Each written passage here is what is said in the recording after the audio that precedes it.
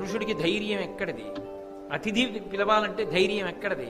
తన గౌరవం నిలబడాలంటే ధైర్యం ఎక్కడిది? ఆమె నుండే వస్తుంది. ఆమె వెనక దన్నుగా ఉంది కాబట్టి చెయ్యగలిగాడు.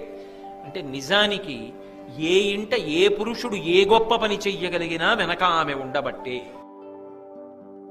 కాబట్టి ఆమె అలా నిలబడగలిగినదై ఇల్లాలి యొక్క వైభవాన్ని తెలుసుకుని అసలు ఆయన విజయము వెనక నేనున్నాను కాబట్టి నడుస్తోంది అని తెలుసుకున్నదై ఉండగలిగితే అప్పుడు ఆ ఇల్లు శోభాయమానంగా ఉంటుంది. ఒక్కొక్క ఇల్లాలు అలా నిలబడిన కారణం చేత కుటుంబాలు నిలబడతాయి.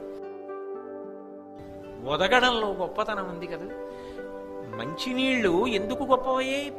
ఏ పాత్రలో పోస్తే ఆ పాత్రలోకి ఆ రూపంలో ఇముడుతాయి.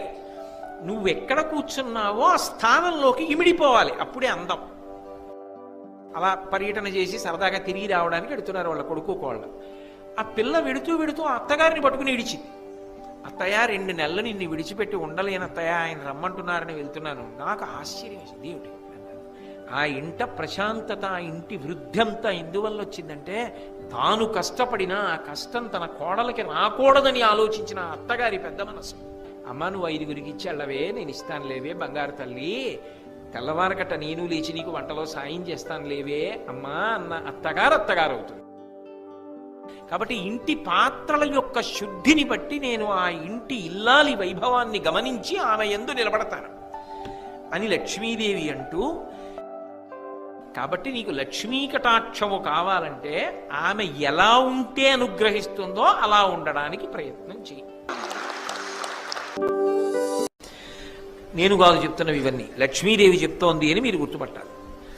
ఆవిడంది గృహమునకు సంబంధించినటువంటి శౌచము, గృహమునకు సంబంధించిన శాస్త్రమును ఎవరు పాటిస్తారో అటువంటి స్త్రీల యందు నేను ఉంటాను. గృహమునకు సంబంధించిన శాస్త్రం అన్న మాటకి ఏమిటి అర్థం అంటే,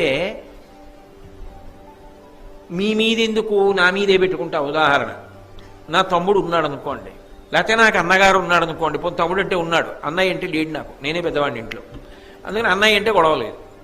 నాకు అన్నయ్య ఉన్నాడు అనుకోండి, వాడు పేదవాడు, పాపం వాడిది ఏం పెద్ద ఉద్యోగం కాదు, కానీ వాడి కొడుకు బాగా చదువుకుంటున్నాడు. వాడికి కాకినాడ ఇంజనీరింగ్ కాలేజీలో సీట్ వచ్చింది. వాడి ఆరోగ్యం అంత మంచిది కాదు, బయట ఏమైనా తింటే పడదు. అన్నయ్య నువ్వు ఎందుకన్నయ్య బెంగ పెట్టుకుంటావు? ఇప్పుడు ఉన్న ఉద్యోగం కూడా వదిలి నువ్వు విశాఖపట్నం నుంచి ఇక్కడికి రాలేవు. నీ కొడుకుని నా దగ్గర పెట్టుకుని ఇంజనీరింగ్ చదువుకున్న నాళ్ళు వాడు నా దగ్గరే ఉంటాడు, ఇంట్లో ఉండి చదువు